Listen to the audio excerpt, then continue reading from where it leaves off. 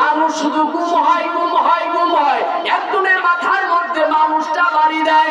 বর্তমান মানুষ কেমন যেন নিরাপত্তা নাই, নিজে একা রাস্তা দিয়ে চলবে তারপরও কেমন যেন ভাই, মানুষ একটা মানুষকে মেরে ফেলে দেয় তারপরও তার বুকের মধ্যে সামান্য পরিমাণ বর্তমান ভয় নাই রে বাবা। এই দুনিয়ার মানুষ এত গুনাহ হইতেছে এই বাংলার জমিনের ভিতরে রে বাবা। 6 বছরের শিশু বাচ্চা ধর্ষণ হয় এই বাংলার জমিনের মধ্যে, মসজিদের মাইক চুরি হয়, জুতা চুরি হয়, লাইট চুরি হয়, মসজিদের বাক্স ভেঙে টাকা নিয়ে যায় এই বাংলার জমিনে।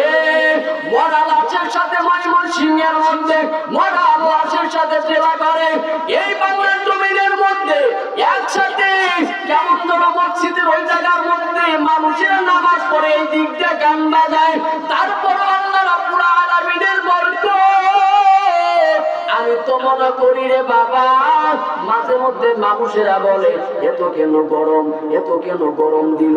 আমি তো বলি এর থেকে যে ভালো গরম আল্লাহ তারা দেয় নাই, দুনিয়ার মধ্যে যে গজব নাজিল করে নাই রে বাবা, এটা আমি শুকরিয়া আদায় করি।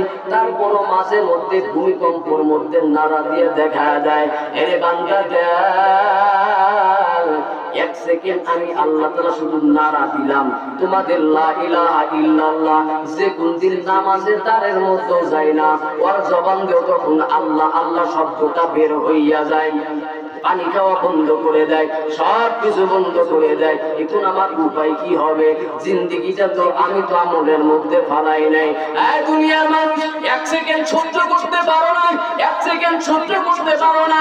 ইন্না বাতুশা রাব্বিকা লাশাদীদ, আমি আল্লাহ তাআলা ধরা কিন্তু শক্ত ধরার, আমি আল্লাহ তাআলা ধরি না, আমার যারে ধরি তারে কিন্তু ছাই না। কথা বলেন ঠিক না ঠিক? আমার আপনার বাংলার জমিনের মধ্যে মানুষ অসুস্থর মধ্যে পড়ে যায়, সিঙ্গাপুরের মধ্যে নিয়ে যায়, 3 দিন পর লাশ হইয়া বাংলাদেশের মধ্যে আসে। কি ব্যাপার, এত টাকা খরচ করে বাংলার জমিন থেকে অন্য জায়গার মধ্যে নিয়ে গেলা, ভালো করতে